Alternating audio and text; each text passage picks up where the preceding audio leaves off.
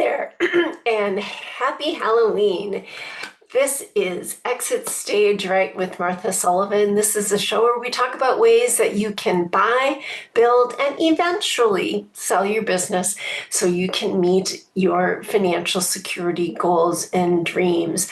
I'm Martha Sullivan. Thank you for joining us today. And yes, today is Halloween. So I actually am a big fan of Halloween, and I'm curious, are you going trick-or-treating?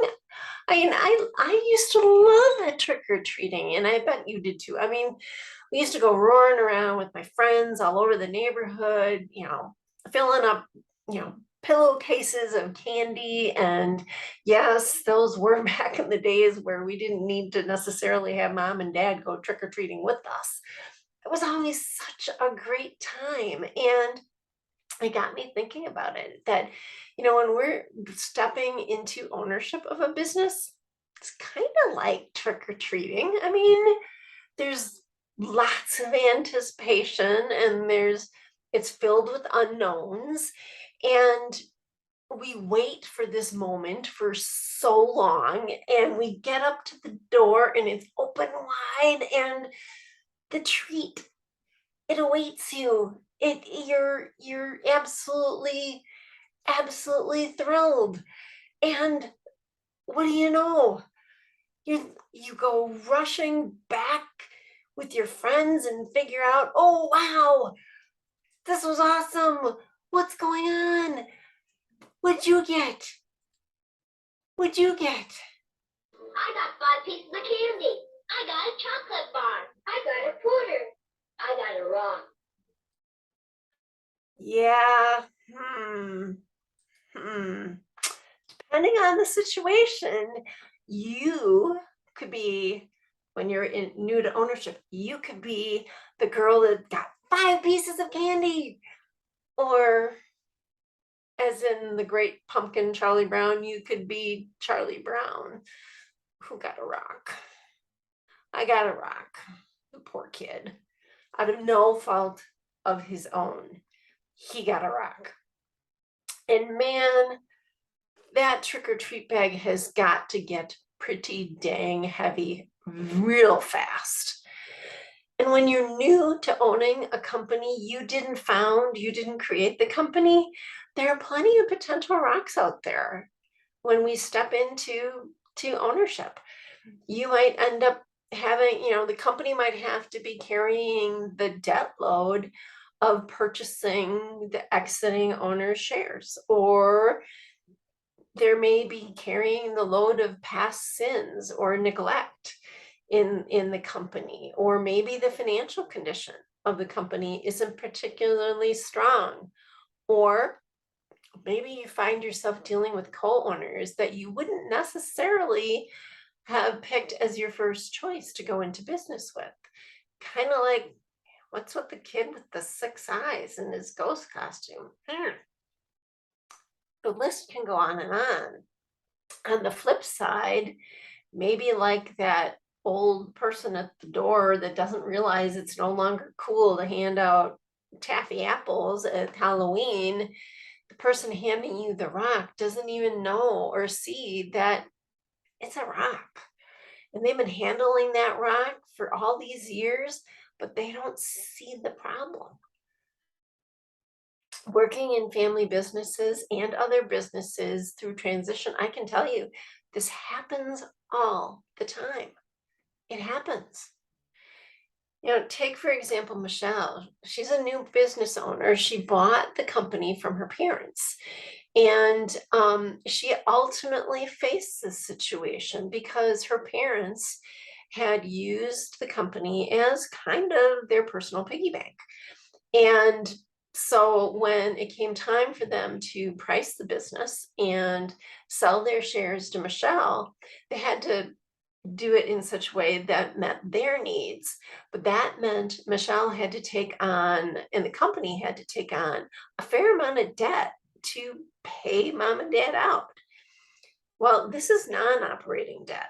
And this is debt that's taken on for a reason within a business for stuff that doesn't help generate its its profits. It doesn't add value to the operations. That's why I call it non-operating debt. Well, with that, the load of the non-operating debt, there wasn't the cash flow for Michelle to do what she felt was needed to take the company to the next level. And the bank wasn't really quite keen on funding it outside.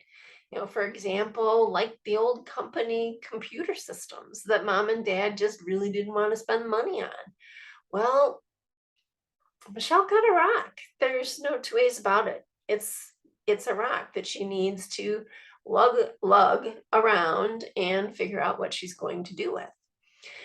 Another example is Troy, whom I talked about in the last episode, episode 36. And Troy's situation was, he was the one who built his family business to be a family first family business. And he ran it kind of like he ran his family as the kids were growing up.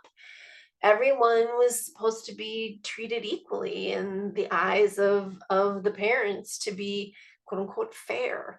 And naturally, in that household, at least naturally, older kids got more respect.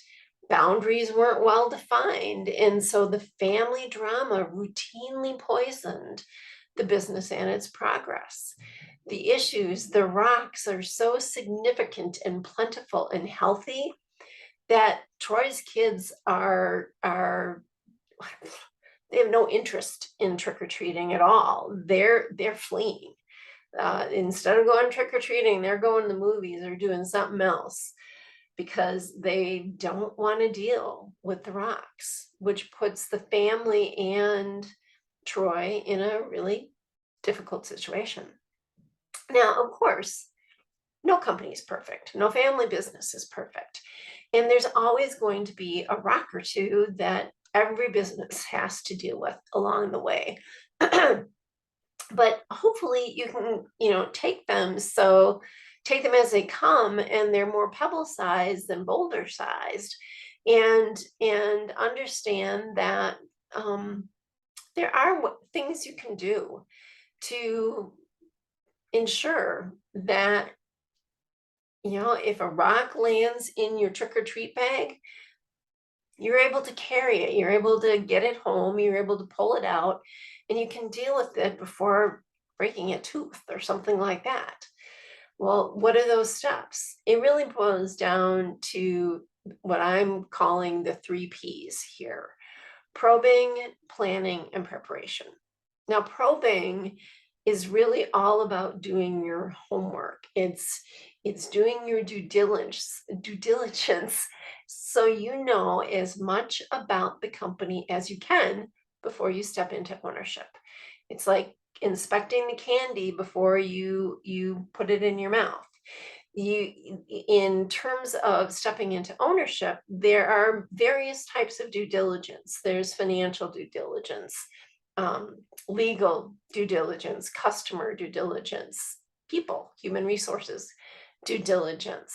Financial is the most common, and I've done a lot of this, and I've done a lot of this for both prospective buyers of company as well as for prospective sellers of companies, so that the sellers, the owning generation, if you will, understand what the good things are in the business and where the rocks are, so they can address them or improve on them, or at least be transparent about them, which is equally important in this trick-or-treat scenario. And so financial due diligence isn't just getting the financial statements.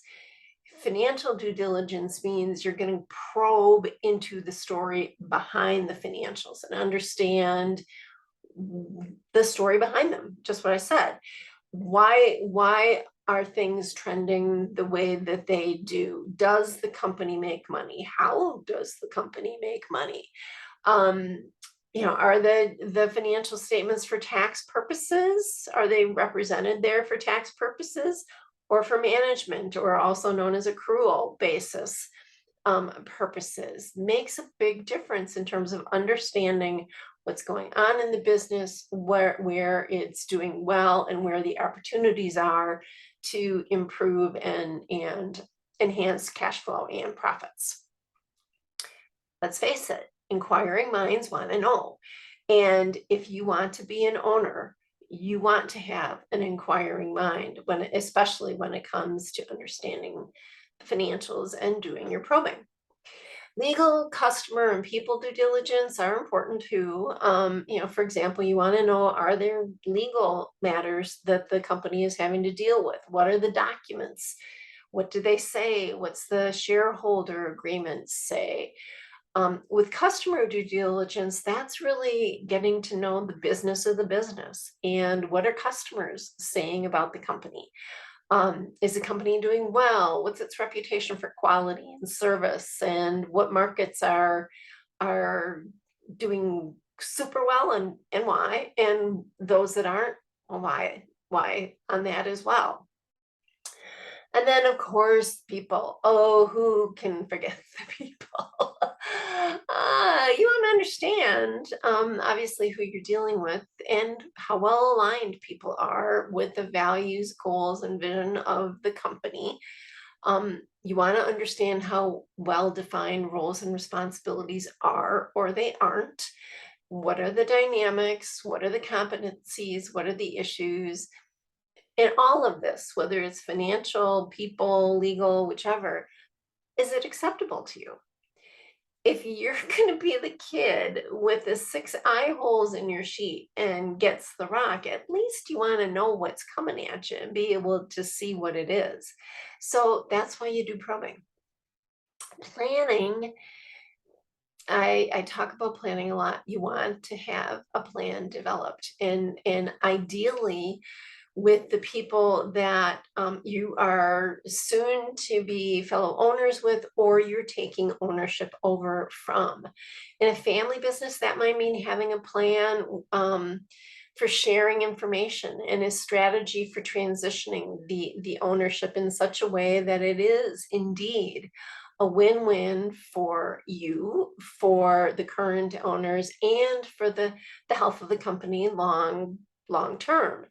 You want to have a plan for how will roles and responsibilities get defined and handed over. How are decisions made? What's our plan for that? And if you discover gaps or issues in your probing work, then you can devise a plan to address them and hopefully co-design a plan to address them when and how and at what sort of investment. Lastly, there's preparation.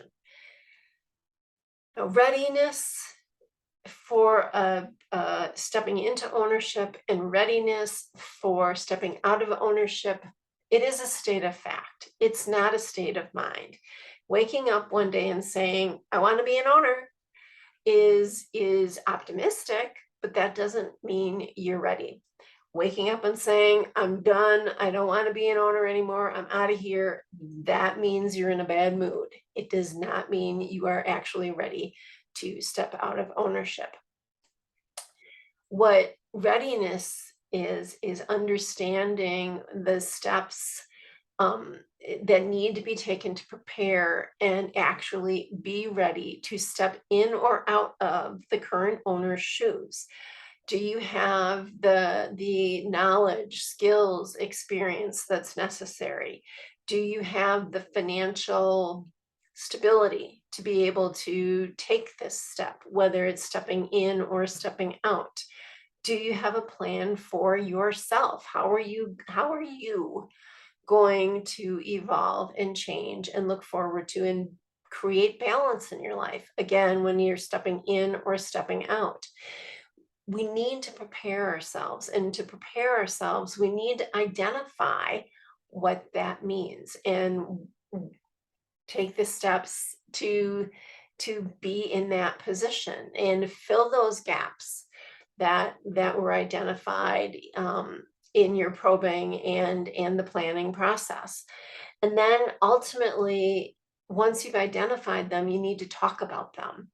Talk about them with your family members, talk about them with your coworkers and your fellow owners or your peers in that regard.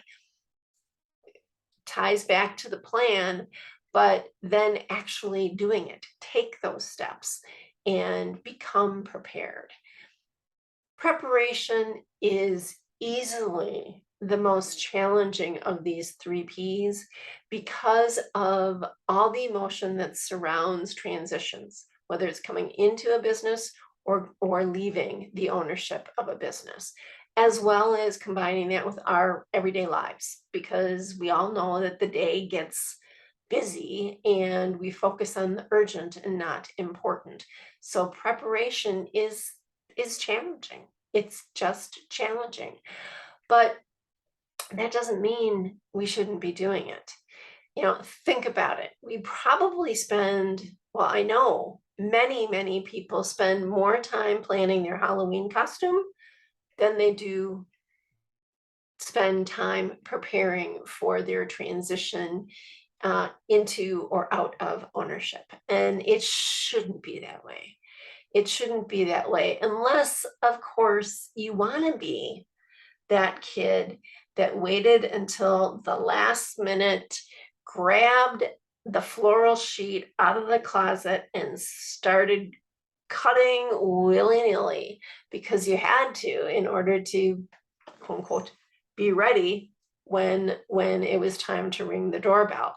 Well, that kid, remember, ended up with 6 eyes in his sheet and lots of different rocks in his bag. So the three P's and being mindful about it, thinking about it in this way can really help you have a great trick-or-treating experience. Stepping into ownership is like going trick-or-treating. And it should be just as exciting and just as fun. You want to pick through the candy, make sure it's safe, but it is fun. And my God, it really can create such a nice sugar high. Well, being an owner and being part of a family business can be just as exhilarating and fulfilling. You just need to, you know, be ready to go trick-or-treating and make sure you're watching out for those rocks. So thank you for joining us today on our Exit Stage Right show in honor of Halloween. It was a pleasure to be with you again. And one of the things that you might consider doing if you want additional tidbits, we do have a blog that you can go to, and actually we also have a newsletter. So if you would like to sign up for the newsletter, I encourage you to scan this QR code and sign up for the newsletter, and it will share all sorts of good information about family businesses related to my work with the Family Business Consulting Group, as well as Providence Hill Consulting. So thank you so much for joining us today. Happy Halloween. I've got a really good feeling about this. Go forward and transform your business. Kicking me out of my chair, dancing like I don't care. I've got that good feeling. Shout it out 'cause I can't contain it.